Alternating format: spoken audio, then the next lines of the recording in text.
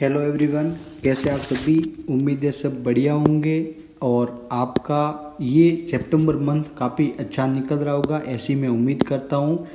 क्योंकि ऑलमोस्ट यदि अगस्त महीने की बात करो तो एक रेंज के अंदर मार्केट रहा था और बढ़िया पैसा अर्न करने का मौका नहीं दिया।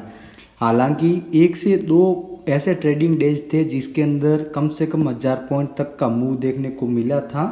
बट अगस्त महीने की यदि बात करें तो ऑलमोस्ट अगस्त महीना एक मोटा मोटी 2500 पॉइंट की रेंज के अंदर ही वर्क किया है।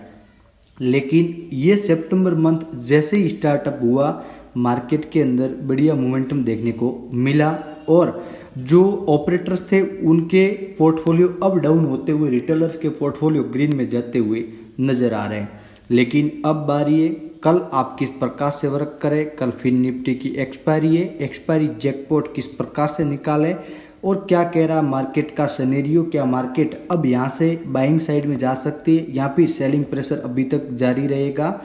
क्या है मार्केट का रुझान और कैसे अपनी एंट्री बेस्ट तरीके से एग्जीक्यूटेड करें। क्या है अपने सपोर्ट और इम्पोर्टेंट रेजिस्टेंस। सारी चीज़ें अपन इस वीडियो में डिस्कशन करेंगे। लेकिन उनसे पहले एक बार यदि आप हमारे अभी तक चैनल को ज्वाइन नहीं किया है तो free Telegram channel day option trader को आप भी ज्वाइन कर ले, जिसकी लिंक आपको डिस्क्रिप्शन में मिल जाएगी या फिर आप इसे टेलीग्राम में जाके सर्च करके भी ज्वाइन कर सकते हैं। ये आपके लिए बहुत इंपॉर्टेंट चैनल है। इसके अंदर हम एक से दो बढ़िया कॉल्स देते हैं, वही मार्केट की बढ़िया एक्टिविटीज़ भी आपके साथ शेयर करते हैं ताकि आप मार्केट को बेहतर तरीके से सीख और समझ सकें। चलिए अब मैं आपको बताता हूँ कि मार्केट के अंदर कौन सा इंपॉर्टेंट जोन है जहाँ से मार्केट को एक बार यहाँ पे 1 या 2 दिन तक होल्ड भी करना पड़ सकता है। देखिए, मैंने आपके सामने डेली का टाइम फ्रेम खोल दिया है। आप यदि नोट डाउन रखें और आप यदि समझे तो मार्केट के अंदर 51,000 का टॉप रेजिस्टेंस बन रखा है। मार्केट के अंदर यदि इसको अपसाइड जाना है तो इस रेजिस्टेंस को मार्केट को ब्रेकआउट देना पड़ेगा। उसके लिए इसको ब्रेकआउट के बाद रिटेस्टमेंट होगा, स्ट्रॉन्ग रिटेस्टमेंट होगा, यानी 2 दिन तक मार्केट यहाँ तक होल्ड रहेगा। उसके बाद में एक बाउंस देखने को मिलेगा और यदि डायरेक्टली बाउंस देखने को मिलता है तो फिर मार्केट के अंदर रिकवरी का चांस बहुत ही ज़्यादा रहेगा। क्यों रहेगा उसको बताता हूँ, लॉजिक के साथ बात करता हूँ। देखिए, सबसे पहले मैं आपको लेकर के चलता हूँ बहुत ही बैक डेट पे। यदि बैक डेट की बात करूँ तो मैं आपको लेके जा रहा हूँ 4 जून 2024 को, यानी ऑलमोस्ट 2 मंथ पीछे अपन निकल चुके हैं।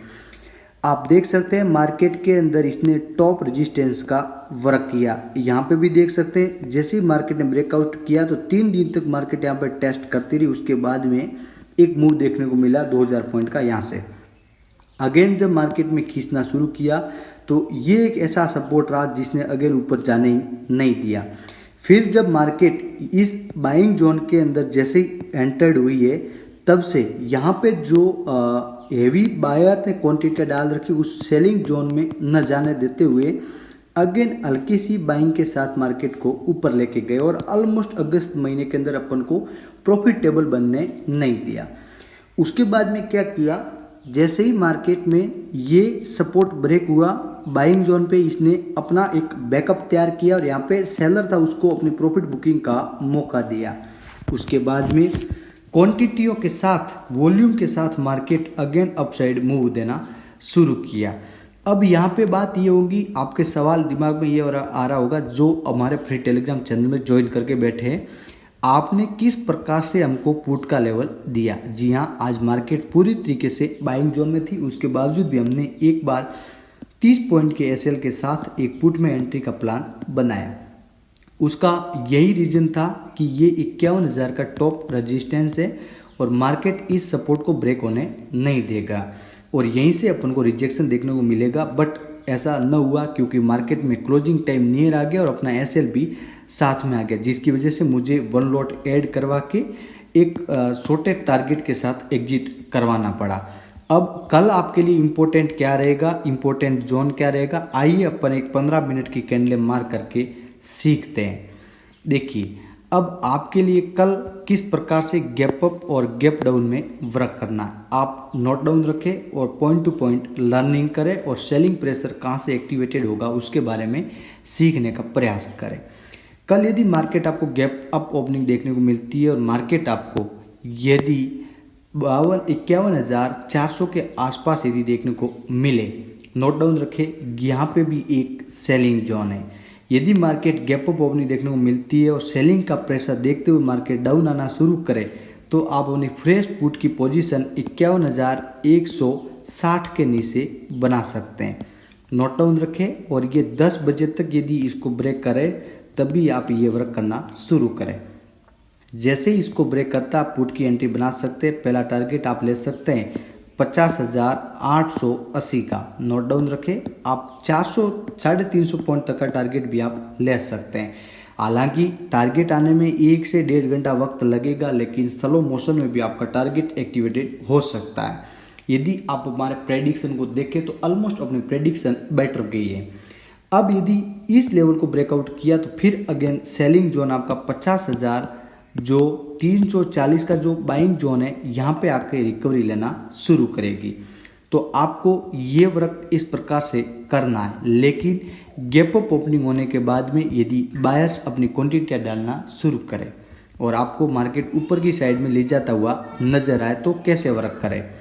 जैसे ही मार्केट अप साइड में गैप अप ओपनिंग दे, गैप अप ओपनिंग के बाद में 400 के ऊपर थोड़ा सा हल्का सा सस्टेन करे, जो ये देखिए सस्टेन हुआ। यदि हल्का सा सस्टेन करके यदि एक प्राइस एक्शन की कैंडल के साथ में यदि मार्केट मूव दे, प्राइस एक्शन की कैंडल कैसे, जैसे मैं आपको बता दूं, इस प्रकार की एक कैंडल बनाए, उस कैंडल में सेलिंग प्रेशर कम हो और बाइंग प्रेशर कम हो, ज़्यादा हो और सेलिंग प्रेशर कम हो, ऐसी यदि कोई कैंडल बनाती है उसकी हाई पे आप एंट्री मार सकते हैं। आपको पहला टारगेट जो सेलिंग प्रेशर आपका रहेगा वो टारगेट रहेगा यहाँ पे 51,620 का, और सेकंड टारगेट आपका जो रहेगा ये यहाँ पे भी एक सेलिंग प्रेशर रहा, आप बैक जाके भी चेक कर सकते हैं मंथली टाइम फ्रेम पे 51,820 पे, यहाँ तक आप जा सकते हैं, अपना सेकंड टारगेट ले सकते हैं। अब यदि कल आपको गैप अप की जगह पे गैप डाउन ओपनिंग देखने को मिले तब आप किस प्रकार से वर्क करें उसके बारे में भी एक सीख लें। कल यदि आपको गैप डाउन ओपनिंग देखने को मिलती है, मार्केट आप पॉसिबल है कि समझ लीजिए मार्केट आपको 50,800 पे देखने को मिल जाए। जैसे ही मार्केट 50,800 पे देखने को मिलती है गैप डाउन में, तो मार्केट के 50,800 से यदि सस्टेन होकर रिकवरी लेना शुरू करे तो फ्रेश आपकी बाइंग की पोजीशन 51,050 के ऊपर बनेगी। नोट डाउन रखें, 51,050 के ऊपर आप अपनी बाइंग की पोजीशन बना सकते हैं, लेकिन एक गैप डाउन के बाद में सस्टेन होने के बाद में ऊपर की साइड में जो वॉल्यूम के साथ शुरुआत हो जाए। लेकिन यहाँ पे यदि 50,800 पे खुलने के बाद में, नोट डाउन रखें, 50,800 के आसपास खुलने के बाद में यदि मार्केट सस्टेन करके डाउन आना शुरू करे तब भी आप पुट की पोजीशन बना सकते हैं, लेकिन आपका जो टारगेट है वो 50,400 मैक्सिमम होना चाहिए।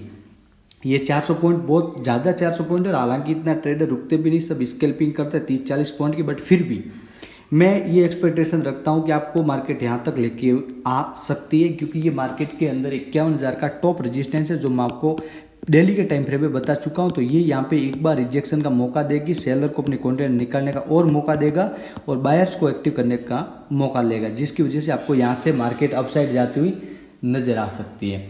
तो गाइज आपको मेरी एनालिसिस कैसी लगी हमें कमेंट करके ज़रूर बताना। वीडियो बेटर लगा हो तो इसको ज़्यादा से ज़्यादा शेयर करना और चैनल को भी सब्सक्राइब कर लेना ताकि आप तक बढ़िया अपडेट्स मिलती रहे। चलिए मिलते हैं नेक्स्ट